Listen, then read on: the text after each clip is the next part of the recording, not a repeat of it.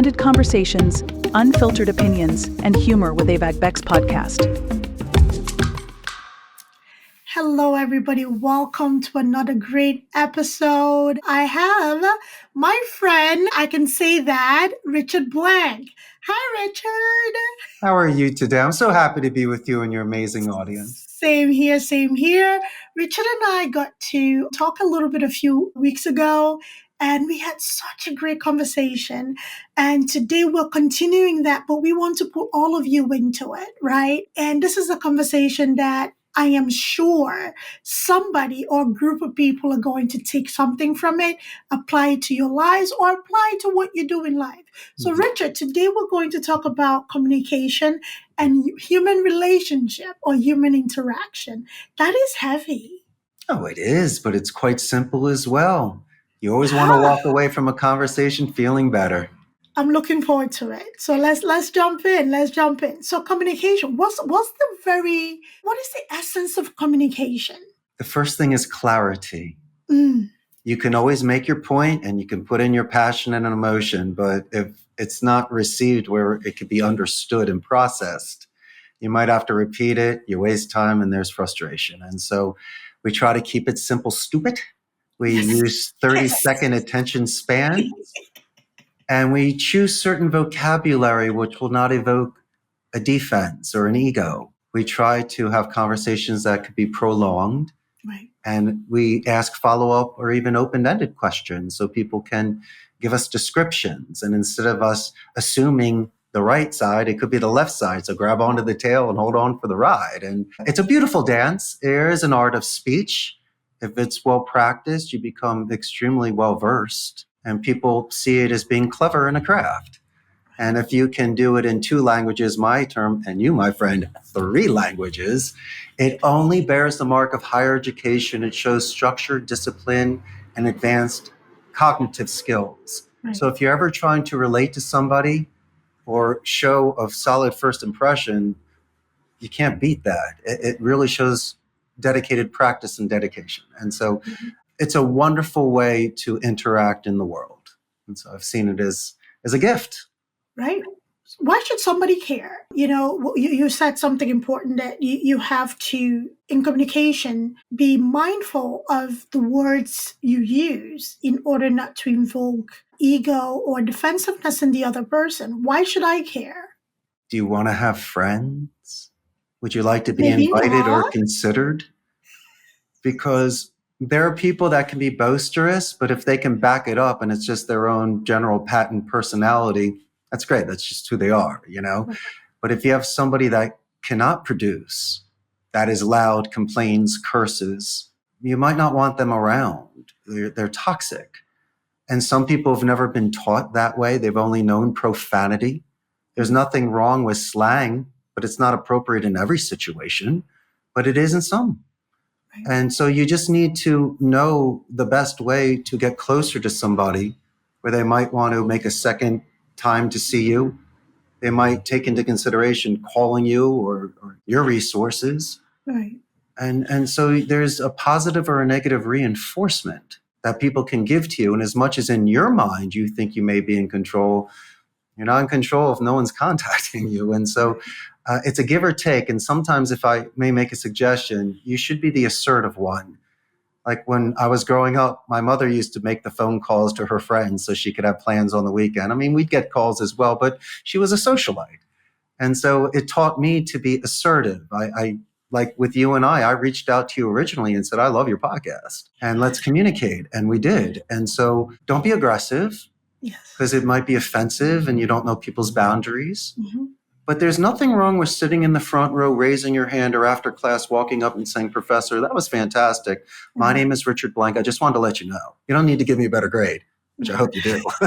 But there's nothing wrong. And I've done things where I've written certain artists and actors and musicians, and from time to time you get something back. And especially with Cameo, which is so funny, because a lot of my favorite actors from the 80s are there and you can afford them. And it's amazing to get, Reggie Jackson wrote me. It was great. But no, it's fun stuff. But communication since the whole world communicates, it's not like you have to go to a seminar once a year or in the hospital have a piece of equipment or be in a certain situation with a certain time. No, it's 24/7. And so those that really see that in life, and it's more living in the now.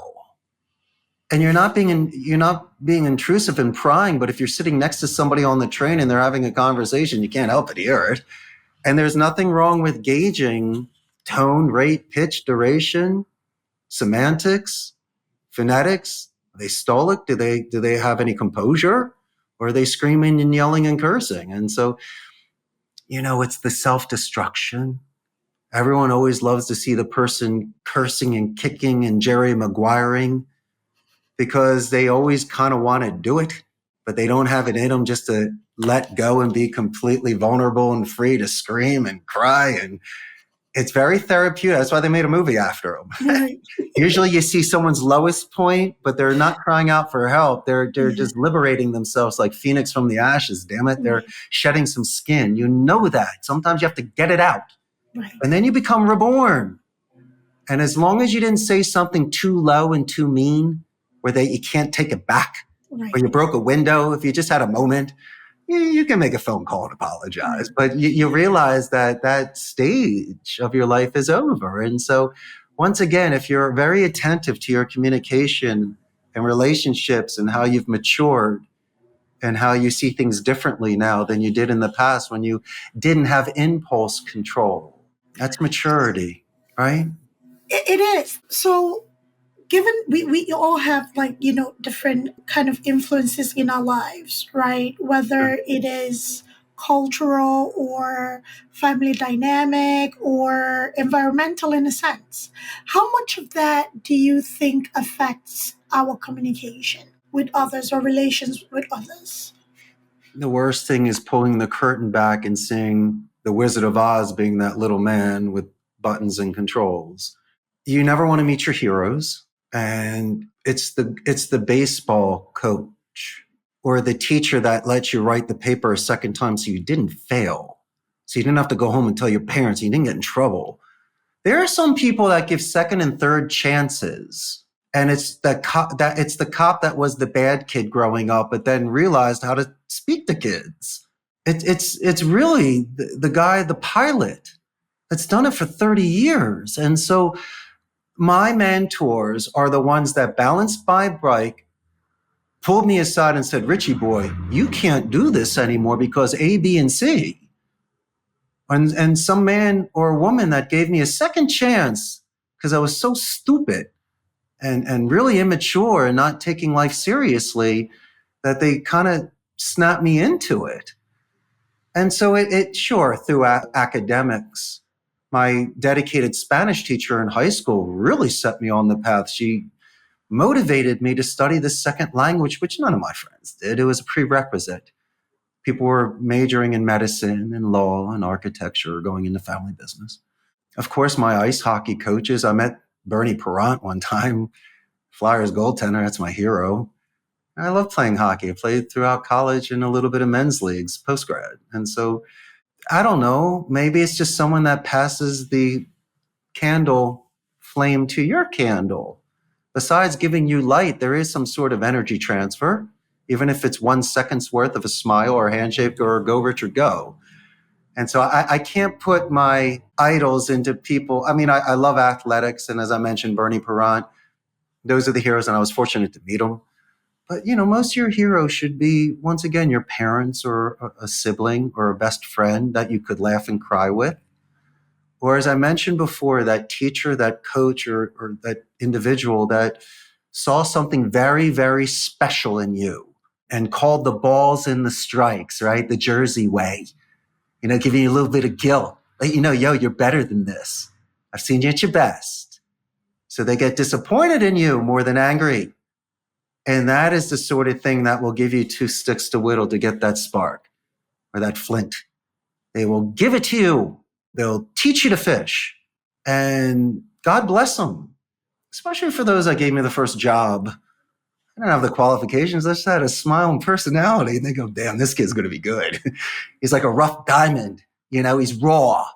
I was raw. I didn't know what I was doing. I was zigging, zagging. And I'm very thankful and I'm very considerate for that. And I'll end on this point. I do extend a second language scholarship to the proud Abington High School in Northeast Philadelphia. So I've done that since my very good friend, the principal, Angelo Barrios, got promoted to superintendent of Bucks County. And so I got involved. And then I got into the Hall of Fame for this. And so people are like, what, are you still wearing your Letterman's jacket? No, no. Even though I did love high school in the late 80s, early 90s. But you know what you guys did to me? You know how you made me feel during the most vulnerable years and assisting me. So of course I'm going to pay it forward and give back in my own way. And I'm doing it from Costa Rica. And so I hope everybody has their own circles that become complete, and that they realize the 1,000 thank yous that it took for them to get there, and to go back and hide a second time and let them know that. That's the beauty of communication, my friend, being that one that's open to make that sort of gesture. Yeah. So when we're talking about cultural nuances, right? You're in Costa Rica now. Yeah. And the Costa Rican culture is very different from the American culture, right? How much adjustment did you have to make to communicate in a culturally appropriate way? Or would you say, if you have the right tools, respect for one another, being polite when required, or just being a decent human being, that can actually help you in whatever society you find yourself to communicate appropriately and assimilate well, as opposed to being really rough around the edges and not being considerate of people around you? Allow me to be candid. Yes. Okay, the world is not made of rainbows, butterflies, and unicorns. There are certain situations where I do not disclose that I am bilingual. Look at me. I stand out. It's not like I walk around in a suit all day, but come on, man. Seriously. So what am I? I'm a blanco. I'm a target. I'm an Anglo-Sajon. I'm an extranjero. And so certain situations, of course, I'll speak Spanish immediately. But others, I'll sit back and wait just to see if Tommy, Joey, and Billy are saying, hey, let's go see what we can do with him in Boys Town. No, I don't want that. And so I've used it as a very protective, preventative advantage for me. Right. But then again, no, let's get back to this. Costa Rica has some other advantages than Europe and the East. Why? Our proxemics to the United States. I'm a couple-hour flight from Miami. We're on Mountain Time Zone. We're the only democratic society in Central America, so there's a lot of similarities between that and the United States compared to communism and other sort of countries that have dictatorships. Right. And so we have a large infrastructure here. So once again, people their living standards are better. The majority of the people here speak English, at least tourist English, at a very neutral accent level, which is very nice. There's a lot of North Americans that come here to retire and vacation. So just through interaction, they become more attuned to the North American market. So putting all of those things into consideration, then I come here. And so it was almost like starting off at second base. Mm-hmm. It's not that tough. It's T-ball. All I need, and with speaking Spanish, third base. Right. I just needed to know how to get home. And so I always like to be observing, but not too much, because then that some people could find that as being offensive if you do not participate. Right. But I always like to ask for clarification, not conflict, because I'd rather say, should I press the red button or blue button before pressing the red button and getting in trouble? Right. And so I would always wait to see who sits down, who stands up, how they serve the food. It's fun. It's like a game, because the culture is not that different. It's a Latino culture, fine. And there's a lot of family orientation and God-fearing. And it's old school. Neighbors know each other and they kiss the cheek and they walk arm in arm. It's beautiful. It's like, it's like the Cleavers. It's like going back in time, to my three dads. But I liked it because I felt it was pure. They're very much into nature. It's an ecotourism society. And so they're healthy. And when you go to the farmer's market, you can eat well and live well. I know there's the rice and beans and beer and all that good stuff, but no, I mean, most people are in very good shape here.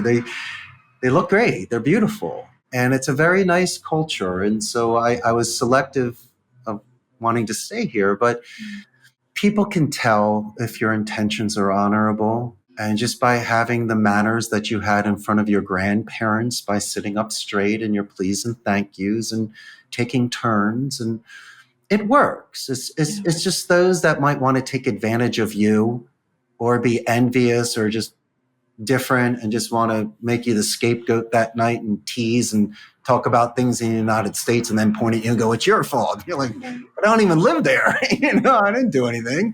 And, Sure. yeah, come on, Yankee. You're like, Yankee? I'm a Philly. I don't like the Yankees. But no, I'm only kidding. But you understand my point. Start yelling at me. I'm here as a guest. So you will have some people with some issues that might hate a president, might hate politics, or they might think something and then they look at you and you look over there to see if it's that guy. But I've been in some funny situations, and then I've had others where they said, hey, you're the first person I ever met that's this, and this. Yeah. Wow, you've shattered all misconceptions. Mm-hmm. And so it goes both ways. Yeah. It does. And just that last point you made is the ability or the focus now to, I don't want to use the word judgment, the focus to read into what a person is or might be just by appearance before even having a conversation, right, with the person. When you and I first got on the call, I could have looked at your profile picture and say, you know what, I don't want to talk to this guy. He looks this way, looks that way. He seems like he might say something, along these lines. And then we got on and we talked for the longest time. That's right. We got into your collectibles, we got into my culture, right. And, we talked about different geographical location, and we shared so much in common. That is something that we humans in the modern world sometimes don't give ourselves the opportunity to learn about one another and to find that commonality, right? We found a lot of commonality when you and I spoke, and, we both were looking forward to this particular meeting. Yeah. And do you think we need to exercise that muscle a little more? Just get to know somebody, get to talking to somebody. Maybe you'll come up with that, oh, you are this, and that.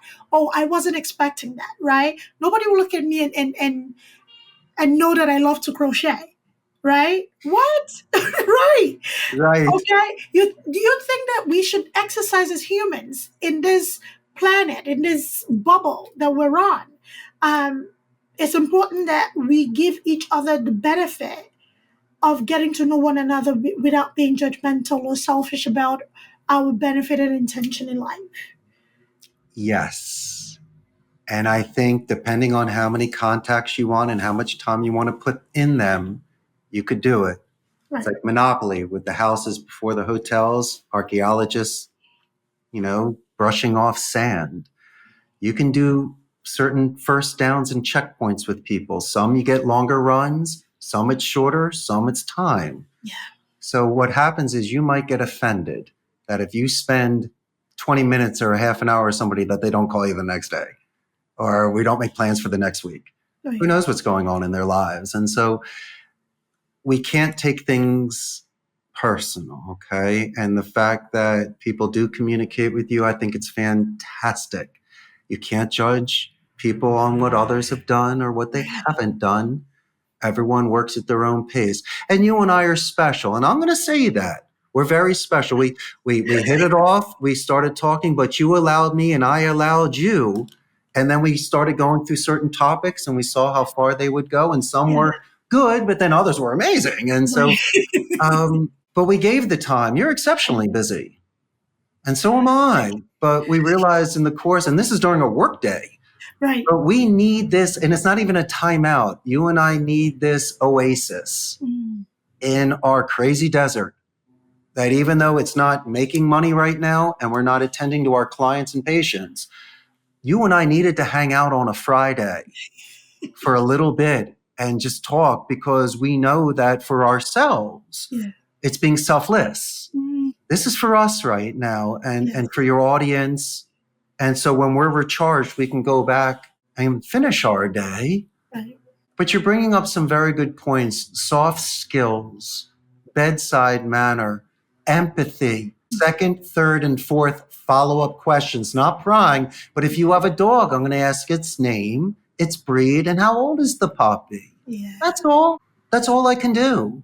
And then the next time we talk, I ask how Fluffy is doing. And so you don't glance over. You actually show interest and give it some roots. Give it some real stability so you can get back to it later. It could grow.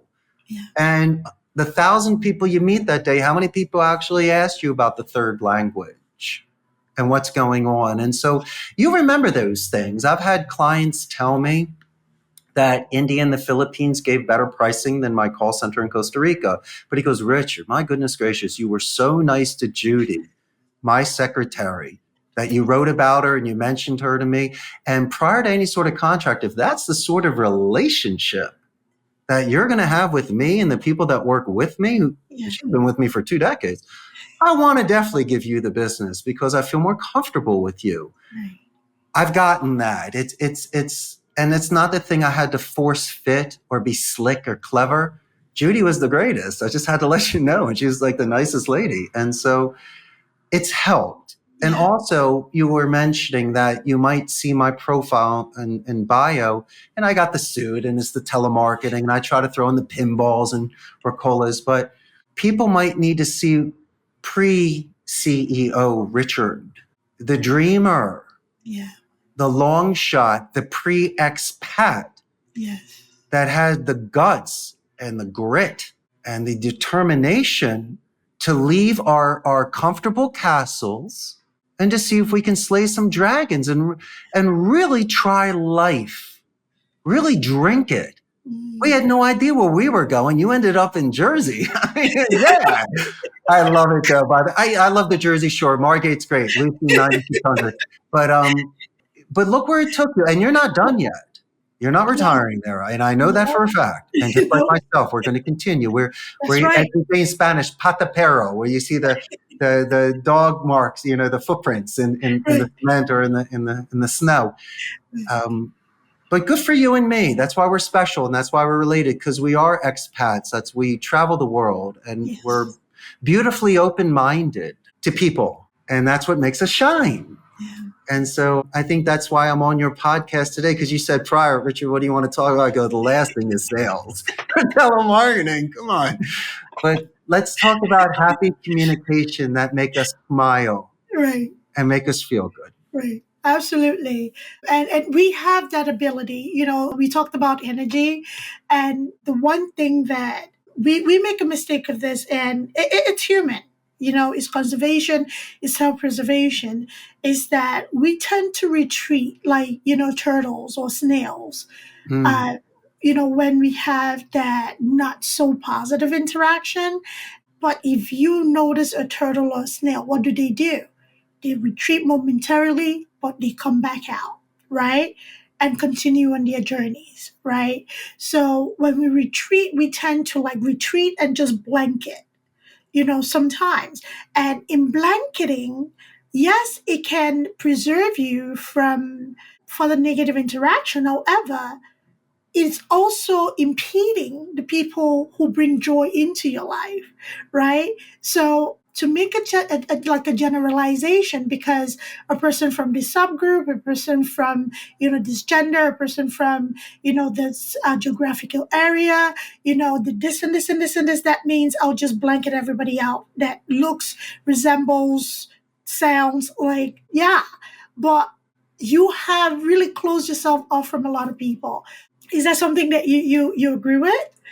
You were mentioning about taking steps back, snail. Completely. Not when just you are in a retreat. conflict or there's something that's bad. Yes. You need to, there's nothing wrong in the art of war to retreat, lick your wounds, regroup, get back. You're supposed to, even in lifting weights, you're supposed to have rest periods. And Absolutely. so you do not want to die on that hill. And you need to choose your battles wisely. Yes. And a lot of the times when you do take a step back, you do decompress. And you Clarity have a too. moment to think about it. Absolutely. Then things become clear. Did you overextend yourself? Were you just being easily offended? Was it something that they're just going through? And so, how about this? This is what's going to assist. If you know that what you are doing had honorable intentions and good faith, that's the only tree that can withstand that storm. Yeah. That's seaworthy. But don't confuse it with one person's freedom fighter as the other person's terrorist. That's not it. But if I'm a boss of a company and you're in charge of somebody's health and they're not coming to work and someone's not taking medicine or exercising and they're still smoking and my person's just not making, what are we supposed to do? Okay, these are the sort of come to clarification moments with people. Sometimes truth is the biggest hater. But there are certain ways to soften the blow. You could say, may I make a suggestion? So that's all of a sudden you get permission to say, listen, you need to wipe that mustard off your face. And then the second thing you could do as a second level is, listen, when I was a freshman in high school, I lost my books all the time. So I put them in the locker. Okay, so that's why you lost your books. So then you're comparing it that way and showing, and now I own a locker. So as you can see, I don't lose my books anymore. So that's another example. And then the third one is if you don't have a choice and you do realize someone could quit, someone could die, or the tarot card tower, it could be destroyed. You might have to lay your cards down that day. And I would be extremely selective of what you say. If it comes to the point of a potential never speaking to again or ending, I would take all emotion out and I would have to literally bare bone it and say, if you do not have $5 in gasoline, we're not getting to the beach. And I do not want to be stuck on the turnpike out of gas. It's not just you. I'm in the car with you and our friends too. So you need to be responsible. Is that going to ruin our friendship? It might, because you might get offended. But then again, hey man, we're not going to ruin Labor Day weekend because you're the one that forgot to put gas in the car or you weren't responsible. And so I'm just giving you an example where you have to lay it on the line compared to saying, hey man, my girlfriend's down there. Come on, man, we're going to miss the party. And come on, man, we paid all this money for the house. I mean, you don't go there. You're like, dude, be responsible. And also, how about this? We could get killed. Let's say a tractor truck doesn't see us with the fog and we're on the side of the road. That's the last place. And then the cops show up. Now you're getting a ticket for something. It's going to be the worst day ever. And so you might need to have that conversation before reminding, comparing, and then bottom lining. But then hopefully before we leave for the trip, you slept that night, you calmed down, you worked out, you ate a meal on it, and the next day you go, listen, man, we really got to talk about the gasoline. Yeah, you're right, Richard, I realized we need $10. I'm like, okay, good. So now we don't have to go there again. And so given the luxury of time, my friend, if you do not have to give that gunslinger snap back decision, there's no ultimatum, right now or never. Tell me now. My goodness gracious, how much do you value our relationship? You're giving me an ultimatum of never again. Will you please allow me to ponder it, at least take a walk on it so I can decide? Is it just a bad moment for you? Or has this relationship run its course? And that's the saddest thing. That's a fading flower or like the end of fall coming into winter. And that makes me so sad when something that was so bright and beautiful at one time dies and goes away. And maybe it's the circle of life or people just change. But as I say before, my friend, if you and I are consistent just through love and empathy and understanding, maybe it's the other person that decided to step off of that mutual path that we were on. Absolutely. And it's okay either way. I think the only person we can control is us. If anybody has taken anything from this conversation. Given Richard, we have a lot in common. I think we are going to continue this conversation one way or the other. Oh, yeah. So if you've taken anything from this conversation, is focus on your energy, focus on the energy that you put out in the world, be assertive when you need to, for your own energy protection in a sense, and for your own safety. However, if it's not being reciprocated or the person doesn't take your presence in a way that you would like to be perceived, it's okay.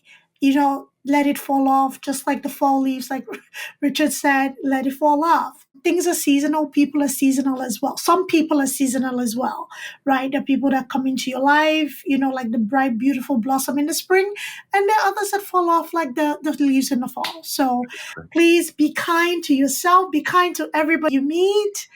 Be a good person. Just be a good person. Be empathetic. Listen. Invest in being an inquisitive person. We're not saying be nosy. Please do not go diving into people's lives. Asking about Fluffy, what's Fluffy's name? Leave it at that. Next time you can ask about Fluffy. You can ask if Fluffy came from the pound. Was Fluffy bred for sale? Is Fluffy a mutt? It's not necessary. So, Richard, thank you for being here. I really appreciate this conversation. We needed this for us today. Oof, I feel 10 times better. And I had the best time with you today. It was so much fun. Great. Thank you, everybody, for listening. Please let us know what you think about this conversation. We're happy to have more of it because it is necessary. Let us know what you think. And also about Richard. We're going to include everything Richard in the show notes. So all of Richard's endeavors, businesses, his likes. He collects pinballs. So all of his likes and, everything that makes Richard will be included in the show notes. So all of you can get to know Richard.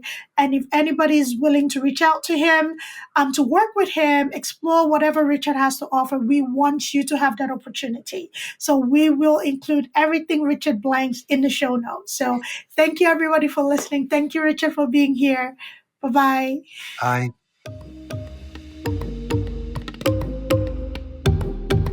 Thanks for tuning in to Abeg Vex Podcast. If you enjoyed today's episode, don't forget to subscribe, rate, and leave us a review. It really helps us out. We'd love to hear your thoughts and continue the discussion. So join us on social media or drop us a message. Until next time, keep exploring, stay curious, and keep pushing the boundaries of your world.